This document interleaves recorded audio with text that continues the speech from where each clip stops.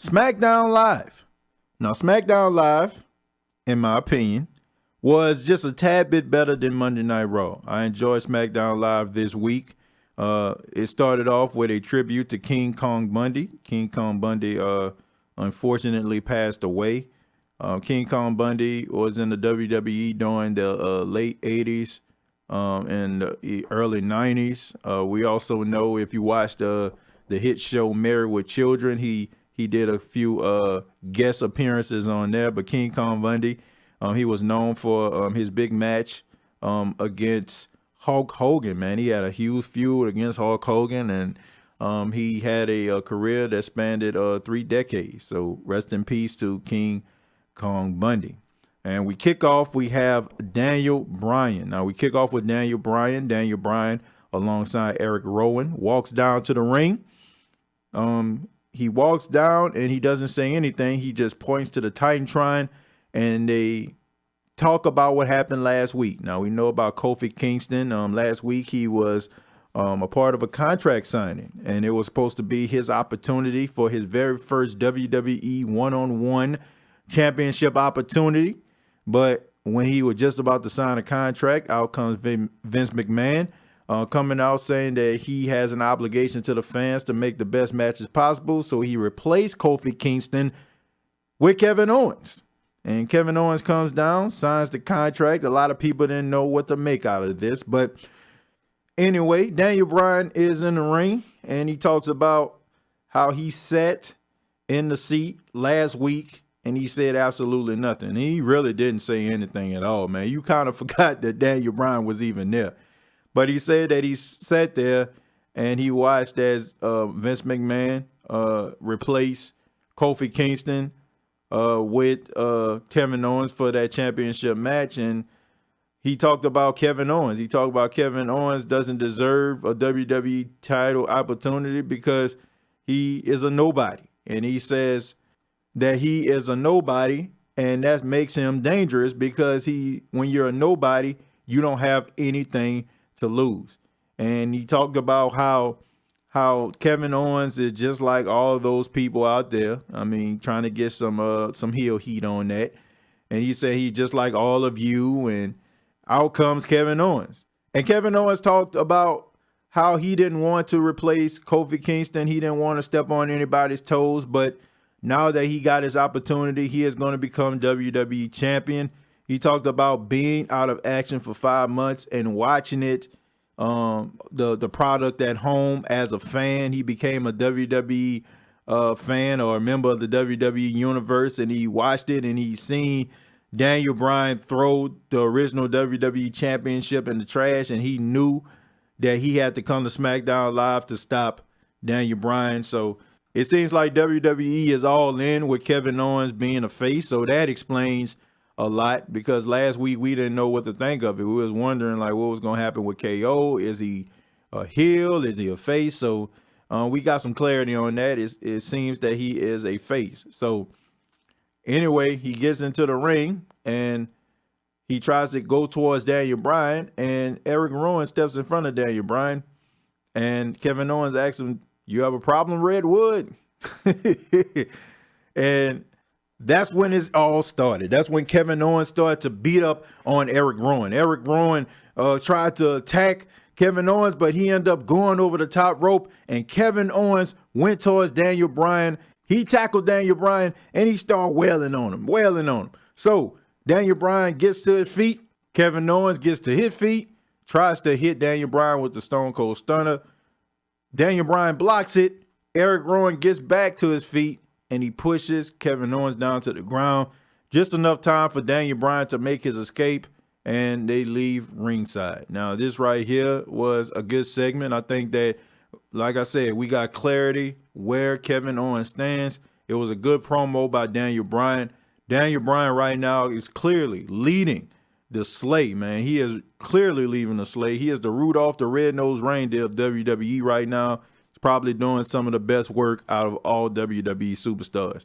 Then we're told that Kofi Kingston is with the New Day, and they are doing an ambassador tour in India. So we know for a fact that Kofi Kingston is not there, which was very unfortunate, man. And I'm going to get to my thoughts and feelings about that a little bit after the review. But then we had the Usos come out, and the Usos, well, Jey Uso was taking on The Miz. So we had the Usos come out, and they talked a little bit about their up-and-coming match at Fastlane against Shane McMahon and The Miz. And they talk about how they are the so-called best tag team in the world. They're talking Miz and Shane McMahon, and he talk about how Shane McMahon likes to jump off stuff. They said he likes to jump out of the ring to a table. They're like, hell, maybe he will jump off the big WrestleMania sign. We don't know. But they said that they are the best tag team in WWE. They were talking about themselves, which I'm not going to argue with, man. The Usos, ever since that whole hip-hop battle against the New Day, I mean, I think they found their stride, and they've been doing some really convincing promos. And then out comes Shane and The Miz, and they have a little confrontation with the Usos. Man, this was boring. I'm not going to lie to you. I do not like The Miz as a babyface. I hope they hurry up and turn him heel. I hope he's the one that turns on Shane McMahon and becomes a bad guy once again, because The Miz as a babyface is boring and as stale as an open bag of 2-day-old potato chips. He's stale. He's really, really stale, and I do not like him as a babyface. So anyway, they have their match. The Miz ended up winning a match with the skull-crushing finale. He gets on Jey Uso. It was a one-on-one affair. They end up getting the win. Really, quite honestly, who cares? I mean, I just hope that this whole feud is over with. I feel like, man, the Usos can be doing something better with their time, and I do not want to see Shane McMahon in the middle of no storyline on network television. The WWE has way too much talent to be dealing with McMahons, okay? I am tired of this, okay? They have so many great, talented individuals in the back that Shane McMahon is taking up their time. He's taking up their time. I like Shane McMahon. I respect Shane McMahon for putting his body on the line and some of the things he's done. I was at WrestleMania when he jumped off the top of the cell. I was there, man. But at the end of the day, man, I do not want to see Shane McMahon on television every week, okay? I do not want to see that at all. Then we go to the back. We see Kayla Braxton. She is talking to Charlotte Flair, and she asked her about last night on Monday Night Raw. Ronda Rousey beating up Becky Lynch and everything, and she didn't do anything about it. And Charlotte said that she invited Becky Lynch to SmackDown Live because she was concerned about her friend, and she wants to know what's going on. So she invited her, and she said she hopes that she shows up. So we are going to see if Becky Lynch is going to show up. Then we have RTruth. RTruth has another United States Open challenge. He is paying homage to his good friend and hero, John Cena. Now, he says he loved John Cena ever since he was a little RTruth. We already know that. RTruth is extremely funny, extremely charismatic. I mean, you have no choice but to laugh at RTruth. And he was talking about how even though John Cena has had these open challenges in the past, he, RTruth, is tired. So he basically started the open challenge, and out comes Lacey Evans. Yes, Lacey Evans comes out. She does her old shtick where she comes down to the ramp and then turns around and walks back to the back.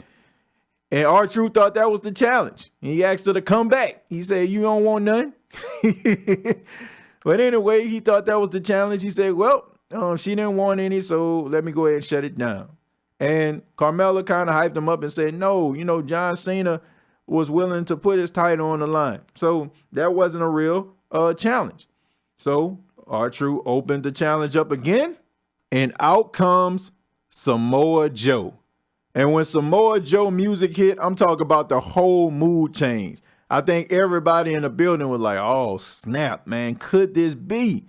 Samoa Joe comes down to the ring, and all of a sudden, Rey Mysterio music hits, and he runs down to the ring, passes Samoa Joe, who hasn't yet gotten to the ring, and then runs out Andrade Cien Almas. So now you had a fatal four-way for the United States Championship. This match right here was the best match of the night. Clearly the best match of the night. But at the end of the day, the winner and new United States champion, Samoa Joe. Thank you, Wrestling Jesus. Okay, thank you. Samoa Joe deserves to be a champion. Samoa Joe should have been a champion. Samoa Joe is convincing in the ring. He's good on the mic, and he's good at his job. The man deserves to be United States champion. He gave that belt credibility as soon as he put that across his shoulders. If you, WWE, want to bring some credibility back to the United States Championship, keep that belt on Samoa Joe. Keep it on Samoa Joe and watch that belt gain respect and credibility once again. All you have to do is put him in a ring with some stiff competition and watch him work. Let him get that belt over, okay? Because the United States title is on life support. They need somebody to carry that belt and give it that credibility it once had, okay? So keep it on Samoa Joe. I like that, okay? I liked it. I like that whole match. So congratulations to Samoa Joe. In my opinion, long overdue. Next, we have Aleister Black and Ricochet pulling double duty. They had a tag team match on Monday Night Raw. Now they're on SmackDown Live, and they're going up against The Bar. Now, this match right here went back and forth. Decent match. I think that they did a good job getting Ricochet and Aleister Black over. Shouts out to The Bar. They always do a good job with that. The winners of the match, no surprise to anybody, Aleister Black and Ricochet. Ricochet hit his patent finishing move, which I like to say is the best finishing move in WWE right now, the 630. Unbelievable move by Ricochet, but Aleister Black, Ricochet win the match. Then, out of nowhere, out comes Rusev and Nakamura to beat up on Aleister Black and Ricochet. And then out comes the Hardy Boys. The Hardy Boys. You have Matt Hardy dressed in classic Hardy Boy attire. He comes down to the ring. They help Aleister Black and Ricochet. The Hardys, Black and Ricochet stand tall after they beat the heels up and the heels go scurrying off. Man, what are they going to do with Rusev? Rusev deserves much more than that, and so does Nakamura. Don't know why they put these guys in these type of positions. I mean, you talking about buried. These two guys are just absolutely buried. I mean, you might as well just have them come out to the ring with shovels, because that is what they are right now. Absolutely buried. And then we have Mandy Rose taking on Naomi. Now, this match right here wasn't nothing special, of course. Mandy Rose, in my opinion, still a little green in the ring. I mean, we all know about what happened at the house show. If you don't know, on Monday at the SmackDown Live house show, there was a little bit of a botch, and Asuka was dropped on her head. I mean, Mandy Rose was performing a move on Asuka, and Asuka had a very, very bad landing, and the referee threw up the X. They had to stop the match, but Mandy Rose was in the ring with Naomi. Mandy Rose ended up getting the victory over Naomi. I think that that's good because they're trying to make Mandy Rose look strong going into the Fastlane pay-per-view. She is challenging Asuka for the SmackDown Women's Championship. Mandy Rose and Sonya Deville go up the ramp. They are not paying attention. Asuka is behind them. Asuka turns Sonya Deville around, throws her into the LED board at the top of the ramp. Then she takes Mandy Rose and does the same thing to her. Mandy Rose gets to her feet, and Asuka just plants her with a kick. And that's how that segment ends. Okay, that's how it ends. So they're trying to set up the match at Fastlane with those two. They did a good job with that. Mandy Rose, I think that this match right here will go a long way for her. Hopefully she can not kill Asuka before their big match or her match at WrestleMania. Next, we have the main event of the evening. We have Kevin Owens taking on Rowan. This match right here, Went about 2 minutes, man. Wasn't long at all. Match ended with a disqualification when Bryan got involved and they began to beat up on Kevin Owens. And out comes, no, not Kofi Kingston, but out comes Mustafa Ali. Mustafa Ali, who has been out of action for the last couple of weeks. Mustafa Ali, the same guy who Kofi Kingston took his spot because he was injured. This guy comes back in and he helps Kevin Owens. All right, and that's how the show ends. Also, there was a segment with AJ Styles. I forgot to mention AJ Styles was talking about how the McMahons basically screwed Kofi. It wasn't right. And then you see Randy Orton talking about, are you really sitting up here talking about how somebody else should have got a title opportunity besides yourself? No wonder it took you 15 years to get here. So it seems like they're trying to get a match going for WrestleMania between those two. And I think that's going to be a good, solid match. But that's the way SmackDown Live ended. Mustafa Ali coming out to help Kevin Owens. In my opinion, once again, better show than Monday Night Raw. I am really afraid that this show right here is going to cause Kofi Kingston his momentum. I hope that the fans of WWE do not allow the momentum of Kofi Kingston to die, okay? I do not want to see all of these distractions to distract us from the fact that Kofi Kingston is hotter than fish grease right now, and a man deserves to be in a championship match. Now, I am holding my fingers crossed because I think I know what's going on here. I think they're trying to set up Kofi Kingston to have a WrestleMania moment. I respect that. Do I think that Kofi Kingston is going to go to WrestleMania and become WWE champion?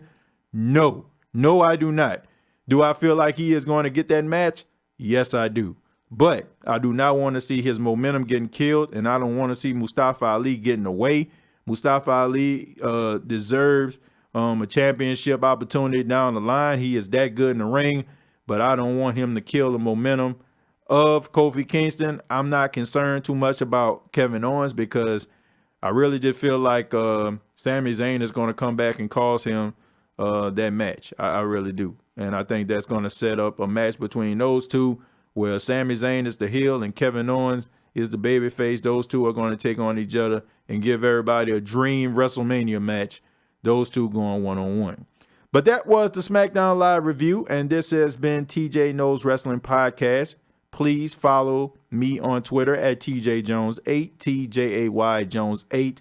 Also, subscribe to the TJ Knows Wrestling YouTube channel. Go to youtube.com, search TJ Knows Wrestling. Subscribe to the channel, hit that bell for notifications, and on Facebook, you can follow, search TJ Knows Wrestling. Till next time, I'll see you down the road.